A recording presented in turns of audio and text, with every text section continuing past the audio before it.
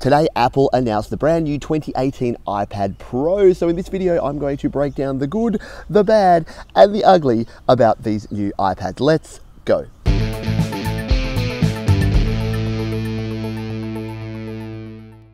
Hi, my name is Pete. This is Studio Live Today, where I help you create, record, and release your best music. And one of the platforms I use for creating music is the iPad, because I love GarageBand. I love creating on a mobile platform. So whenever there's a new announcement of new iPads, I'm pretty interested. And I figure that a lot of you folks will be interested too. So let's dive in now and check out what is new in the new 2018 iPad Pro.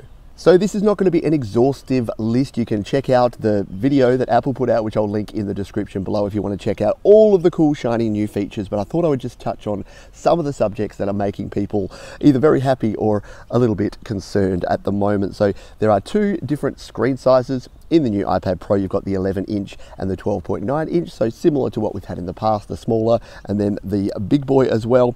The processor is the new A12X, really fast processor. The displays are super retina califragilistic they're really good. Liquid retina, I believe is what they call them. It has rounded corners, so it's similar to the iPhone X or 10, whatever you want to call it, in that it has that rounded form factor with the screen that goes to the edge. Luckily, it doesn't have that little divot cut out of it, because I really don't like that on the iPhone X. I don't think it's good. And the biggest thing that they've been touting is the thinness. So it is less than a centimetre. What do they say? 0.59, so 5.9 millimetres. So just over half a centimetre thick. Now, am I the only one that doesn't want my technology to be paper thin? Is that just me? Am I a bit old school? Anyway, I'll snap that sucker in half. The other big thing is no home button. So yes, they have yanked the home button just like the iPhone X, which means you use Face ID to open and to unlock your iPad Pro now, which is a thing. So the sizes, it ranges anywhere from 64 gig up to 1 terabyte. Now, if you're going to go, I've just priced the 1 terabyte space grey, since you asked, the 12.9 inch screen, and it was 2,549 Australian, I believe, just over $2,500 for an iPad. Yeah, a little bit on the pricey side, but they start around the $1,200 Australian mark, which I believe is about $1,000 US, or just under that for the base model. But you know, if you're getting an iPad Pro, are you going to be getting 64 gig of RAM, of memory? Probably not. You're probably going to get at least 256, 512, or the big 1 terabyte of space. That is it. Oh, sorry, I'm getting to the good stuff. I know you're like, Pete, there's two major things you haven't touched on. I'm getting there, don't worry. It's covered in magnets. It has 102 magnets, basically, so you can attach everything. You can attach your pencil, you can attach your accessories, you can attach keyboards.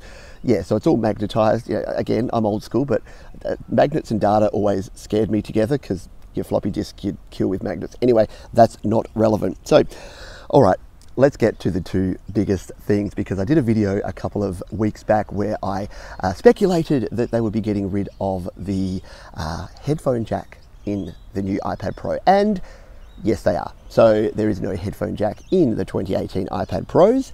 It has been replaced by nothing. Well, technically it's been replaced by a USB-C port, because that is the other big news, that not only have they removed the 3.5mm jack, they've removed the lightning jack, and we have one USB-C connection, which means that we can connect up with all of our USB-C devices, and it just means another range of cables and dongles that we'll probably need to invest in the future. So this is probably the number one thing that has got people up in arms, because a lot of creators are saying that they just love the ability to plug their headphones in and do what they need to do on the go. I'm one of them, so I'm not going to be grabbing the new iPad Pro very soon. I will adapt to it eventually, because people did with the iPhone 7 and 8 and 10, and they will with the iPad Pro. But it's one of those things that it's a bit of a shock to the system that we're going to have to move from using 3.5mm headphones to USB-C headphones now, I guess. I haven't actually looked. I probably should have checked to see whether you get some sort of adapter or something in the box. But as I said, this is my very first look. So yeah, what do I think about it overall? Well, yes, it's very thin, which again I'm concerned about, but it's very fast. It looks very amazing. The Apple video, you go, yeah, that looks like a cool thing that would do some cool stuff. It's probably overkill for what I do in terms of music creation.